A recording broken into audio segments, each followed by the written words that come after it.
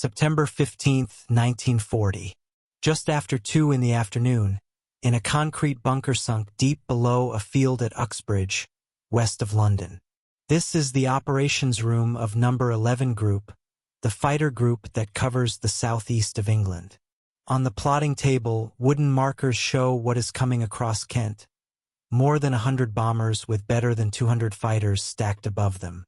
On the far wall hangs a board of small lights, one row for every squadron in the group, showing which are refueling, which are ready, which are already engaged. Almost every light on that board is lit for squadrons in the air. The Prime Minister has driven out from London and is standing at the back of the balcony, watching. He asks the officer running the battle what reserves are left. Air Vice-Marshal Keith Park tells him there are none. Everything Fighter Command has in the south of England is already flying, and about a third of it is an aircraft that first left the ground 4.5 years earlier as a private venture with no order behind it. This is the day the Spitfire was built for, and nobody knew that when they built it. This is how it happened. By the summer of 1940, Britain was on its own. France had surrendered in June. The German army stood on the Channel coast, close enough that on a clear day the men in Calais could see the cliffs of Dover. An invasion was being planned under the name Operation Sea Lion, and it carried one condition that could not be argued away. Barges full of soldiers could not cross 20 miles of open water while the Royal Air Force still owned the sky above it. Before anything else could happen, the Luftwaffe had to destroy RAF Fighter Command. The battle that followed ran, by the British reckoning, from July 10th to October 31st, 1940. On paper, the Germans should have won it. They had more aircraft, more pilots, and crews with combat experience from Poland, Norway, and France. What Fighter Command had instead was a machine nobody else in the world had built yet. Along the coast stood a chain of tall steel towers, the chain home radar stations, which could see aircraft forming up over France before they crossed the water. Their reports fed into a filter room at Bentley Priory, where the raw plots were sorted into a single agreed picture, and that picture was passed down to the group and sector operations rooms, where controllers spoke directly to squadrons by radio. Inland, where the radar could not see, the Royal Observer Corps tracked the raids by eye and ear from thousands of posts. It was the first integrated air defense system anywhere, and it did something no amount of aircraft could do. It let a smaller force stop guessing and put its squadrons in the right place at the right height at the right minute. The Germans had a problem of their own, and it was arithmetic. Their best fighter, the Messerschmitt Bf 109, carried enough fuel for about 410 miles of flying. Taking off from airfields around the Pas de Calais and flying to London and back left a pilot with roughly 10 minutes over the target before he had to turn for France or come down in the Channel. 10 minutes is nothing in a running fight. The fighter pilots were also tied to the bombers they were escorting, forbidden to chase, forced to weave slowly above formations flying far below their best speed. The Luftwaffe's finest weapon spent the battle looking at its fuel gauge. Through August, the Germans went after the airfields, and it very nearly worked. The sector stations that housed the operations rooms were bombed hard, and Fighter Command was losing pilots faster than the training schools could replace them. Then, on September 7th, Hermann Goering changed the target. He turned the bombers onto London. That afternoon, 348 bombers escorted by 617 fighters came up the Thames and set the docks on fire, and about 430 Londoners were killed in a single day. For the city, it was the beginning of the Blitz. For Fighter Command, whose airfields had suddenly stopped being the target, it was a reprieve that arrived at the last possible moment. The aircraft waiting for them had begun as one man's obsession. Reginald Joseph Mitchell was the chief designer at Supermarine, a small company on Southampton Water that built flying boats and racing seaplanes.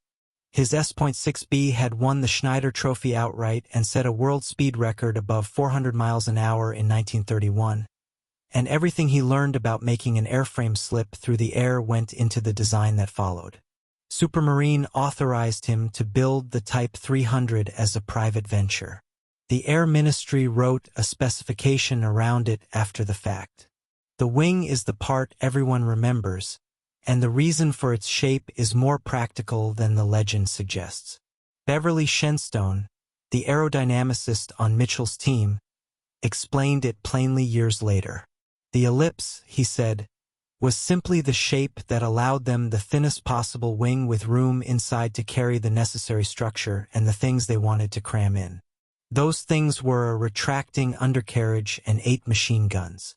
The elliptical planform also happens to be close to ideal for minimizing the drag created by lift, so the wing that solved a packing problem was also, by luck and by judgment together, an extremely efficient wing. It was murder to manufacture. Every rib was a different size and shape, and building it took far longer than building the slab wing of a Hurricane. On March 5, 1936, the prototype K-5054 was rolled out at Eastleigh Aerodrome, just outside Southampton. Vickers' chief test pilot, Captain Joseph Summers, known to everyone as Mutt, took it up for 8 minutes and landed. What he said as he climbed out has been repeated ever since. He told the ground crew not to change a thing. Mitchell did not live to find out what he had made. He had been operated on for cancer in 1933, and when it returned in early 1937, he was forced to give up work. He died at home in Southampton on June 11, 1937, at the age of 42. His successor, Joe Smith, took the design through the whole war. The Spitfires that fought in 1940 were Mark I machines, and the numbers are worth having exactly. The engine was a Rolls-Royce Merlin III, a supercharged V12 giving 1,030 horsepower at 16,000 feet. During 1940, fighter commands switched to 100-octane fuel, which allowed the pilot to push the throttle through a wire gate into emergency boost for 5 minutes and pull 1,310 horsepower from the same engine. The airframe was small, 36 feet 10 inches across the wings, 29 feet 11 inches nose to tail, and under 6,000 pounds fully loaded with fuel, ammunition, and pilot. In full combat trim, with armor plate behind the seat and a constant speed propeller, a Mark I would do about 353 miles an hour at 20,000 feet, climb at close to 2,900 feet a minute, and reach a ceiling around 34,000 feet. The armament tells you more about the fight than the speed does. 8 Browning machine guns, 4 in each wing, firing a .303-inch bullet, the same caliber as an infantry rifle. Each gun cycled at around 1,150 rounds a minute. The total ammunition load gave the pilot roughly 15 seconds of firing, and that is the entire budget for a sortie. A pilot who held the trigger down in a panic at long range flew home empty. The guns were also harmonized to converge at a set distance ahead of the aircraft, so all 8 streams crossed at one point, and hitting anything meant getting close enough for that pattern to land on a target moving in 3 dimensions. Rifle caliber bullets were the weakness. 8 of them put a lot of lead into the air, and against a fighter that was enough. Against a bomber with armor plate and self-sealing tanks, .303 rounds often failed to bring the aircraft down. The Messerschmitt facing them had a heavier punch, 2 20mm cannon in the wings alongside 2 rifle-caliber guns in the cowling, and a cannon shell that exploded inside the structure it hit. The Spitfire could outturn the 109. The 109 could outdive it, and there was a specific mechanical reason why. The Merlin was fed through a float carburetor, and if a pilot shoved the nose down hard, the fuel would surge away from the jet and the engine would cough and cut. The German DB601 used direct fuel injection and kept running at any attitude. A 109 pilot in trouble could simply bunt into a dive and go, and the Spitfire behind him had to roll inverted first and pull, losing him precious seconds. The fix for that would not arrive until 1941. One change did land in time. Early Spitfires flew with a 2-blade fixed-pitch wooden propeller, which was a compromise at every speed. Through 1940, the entire force was converted to constant speed units, which hold the engine at its best revolutions by continuously altering blade angle. The program finished on August 16, 1940. It transformed climb rate and high-altitude performance, and it was completed 4 weeks before the day that mattered most. If you appreciate military history told with the real numbers and the real names, a quick subscribe helps the channel reach more people who want it done properly.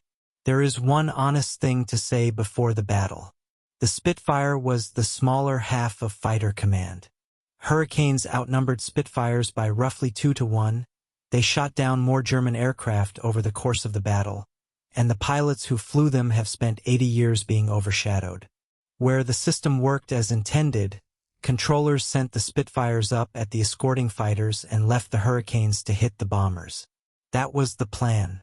On September 15th, it survived contact with reality about as well as plans usually do. The Luftwaffe came in 2 waves that Sunday, and it came believing fighter command was down to its last few dozen aircraft. German intelligence had been counting the RAF's losses from its own pilots' claims for weeks, and the number it had reached bore no relationship to the number of fighters actually sitting on English grass.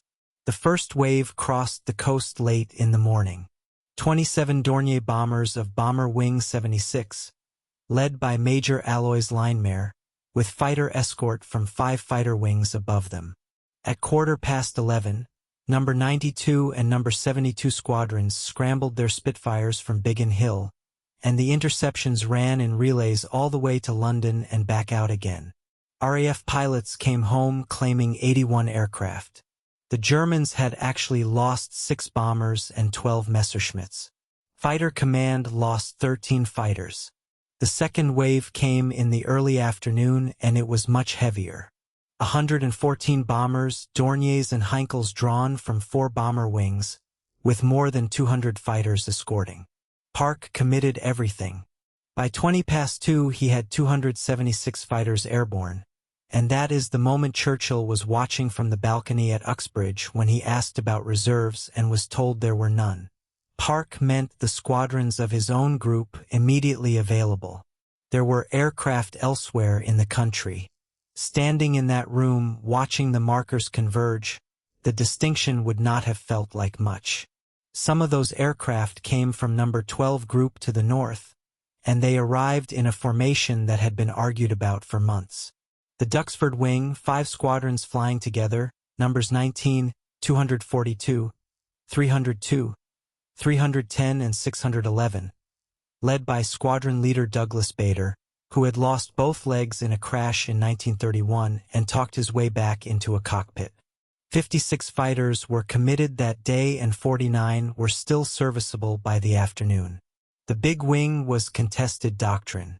It took around 20 minutes to assemble in the air, which often meant arriving after the bombing, and its pilots overclaimed spectacularly because dozens of men were firing into the same formation. Park thought it wasted time he did not have. What it did do on this particular afternoon was put a wall of fighters in front of German crews who had been told the RAF was finished. The most famous thing that happened over London that day was not done by a Spitfire. Sergeant Ray Holmes of number 504 Squadron, flying a Hurricane, ran out of ammunition alongside a Dornier heading for central London and rammed it. The bomber came apart and fell onto the forecourt of Victoria Station, and its bombs damaged Buckingham Palace as it went down.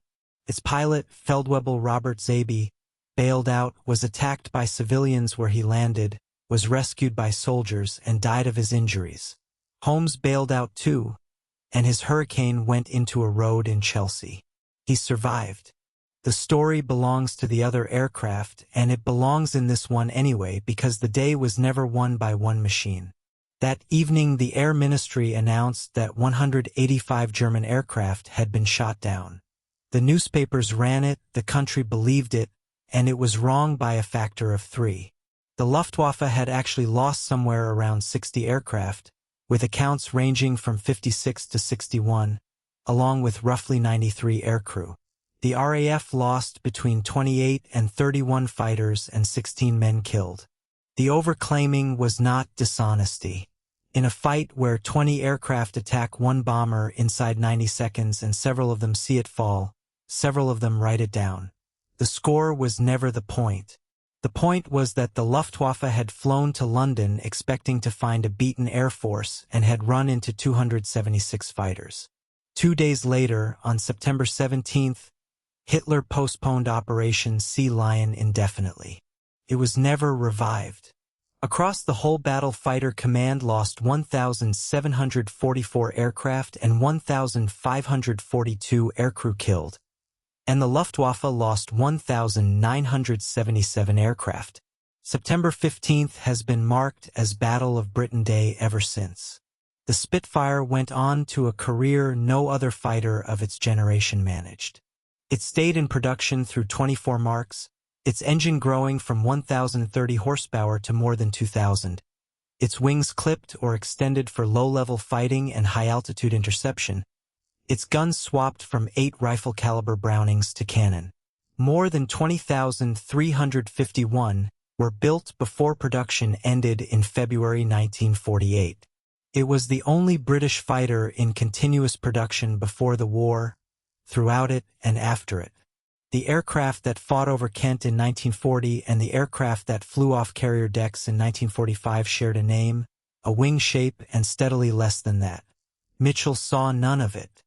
He got 8 minutes on a March afternoon in 1936, the report of a test pilot who told him to change nothing, and 15 months of failing health after that. The machine outlived him by decades and is not finished yet. 90 years after K-5054 lifted off from that grass field outside Southampton, there are still Spitfires flying out of English airfields on summer weekends, and the sound of a Merlin overhead will still turn every face in a crowd upward. It was designed by a dying man to win a speed trophy, and it arrived by a margin of about 4 weeks, exactly when it was needed.